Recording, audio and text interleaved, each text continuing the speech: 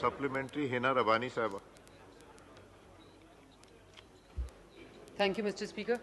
Mr. Speaker, جیسا کہ آپ جانتے ہیں ہم میں سے کافی لوگ دیہی علاقوں سے آتے ہیں اور پاکستان میں اگر پاکستان کی ترقی کا کوئی ایک سرٹن ٹریجیکٹری ہے جو کہ پچھلے کئی دہائیوں سے ہم نے اگنور کی ہے وہ یہ ہے کہ ہم ایگریکلچر کو اگنور بھی نہیں کرتے، اگنور ہی صرف نہیں کرتے بٹ ایسی پالیسی دیتے ہیں جس سے وہ ڈس انسینٹیوائز ہوتا ہے. اور اس کی سب سے بڑی مثال یہ ہے کہ ہم بیرون ملک گروئرز کو سبسڈی پرووائڈ کرتے ہیں ود ٹیکس پیئرز منی، کیونکہ ہم وہاں پہ ہائی قیمت پہ گندم بھی لیتے ہیں، چینی بھی لیتے ہیں اور اپنے لوگوں کو وہ ریٹ نہیں دے سکتے.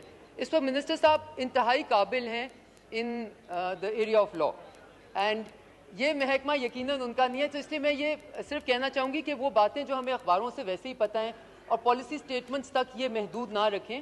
ہمارا سوال صرف سمپل ہے، آپ کے یہاں پہ جو لوگ بیٹھے ہیں ان میں سے کئی لوگ گندم پہ زیادہ انحصار نہیں کرتے، لیکن جو آپ کا عام کاشتکار ہے وہ سبسسٹنس فارمنگ کا سب سے پہلی چیز وہ گندم اگاتا ہے. آج اس کو حکومت پاکستان نے مظفر گڑھ میں کاشتکار کو یا بے شک سندھ میں کاشتکار کو یا پختونخوا میں کاشتکار کو ایک میسج دیا ہے اور یہ دیا ہے کہ حکومت پاکستان آپ کا پورا وسائل بھی جتنے آپ نے خرچ کیے اتنا بھی آپ کو ریٹ دینے کے لیے تیار نہیں ہے. ٹھیک ہے جی. سو ہم یہاں سبسڈی کی بات نہیں کر رہے، ہم ایک یہ دیکھنے کی بات کر رہے ہیں کہ آپ دیکھیں کہ فرٹیلائزر کی پرائسز کیا ہیں، بجلی کی پرائسز میں بھی آپ سبسڈی نہیں دیتے. آپ کس طرح ایکسپیکٹ کر سکتے ہیں یہ سیلف سبسسٹنس کو چھوڑیں کہ یہ ملک کل کو آپ مجھ سے لکھوا لیں آپ نے آج جو کاشتکار کا حشر کیا ہے کل آپ کو ویٹ امپورٹ کرنی پڑے گی اور آپ سبسیڈائز کریں گے یوکرینی فارمر کو اور باقی جگہوں کے فارمر کو اور اپنے فارمر کو آپ نے اعظم صاحب سوال کیونکہ اتنا تفصیل کے ساتھ تھا میں کوشش کروں گا کہ جو انسینٹیوز اب دیکھیں میں نے جو پہلے بڑا تفصیل سے یہ ایکسپلین کیا وہ کہ میرا سبجیکٹ نہیں ہے لیکن بطور کاشتکار کے میں خود سمجھتا ہوں کہ یہ ایک بڑا سنجیدہ مسئلہ ہے اور ہمیں فوڈ سیکیورٹی کے حوالے سے فیوچر پلاننگ کے لیے ابھی سے کام کرنا ہے اور وہ جو کانفیڈنس شیٹر ہوا ہے اس کو ریگین کرنے کے لیے جو پازیٹیو سٹیپس ہیں وہ لینے ہیں.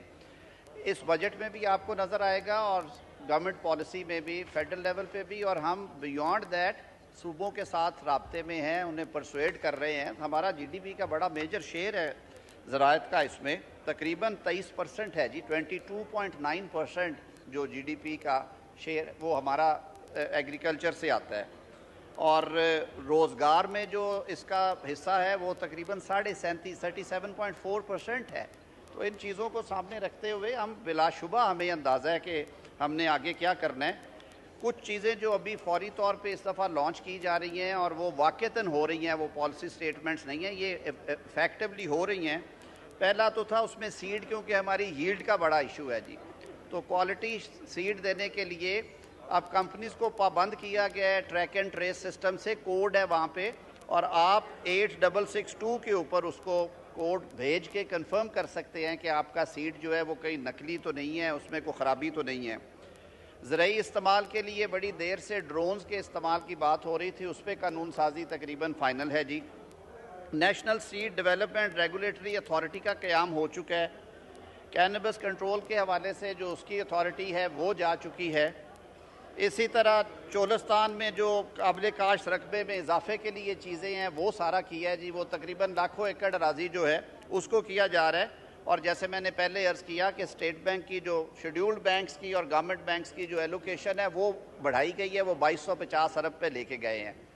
اس کے علاوہ جو سبسڈیز ہیں وہ پروونشل اور فیڈرل گورنمنٹ آپ کو بجٹس میں نظر آ جائیں گی کہ ان کا اچھا خاصا شیئر ہے. تو یہ مل جل کے ہی ہونا ہے جی.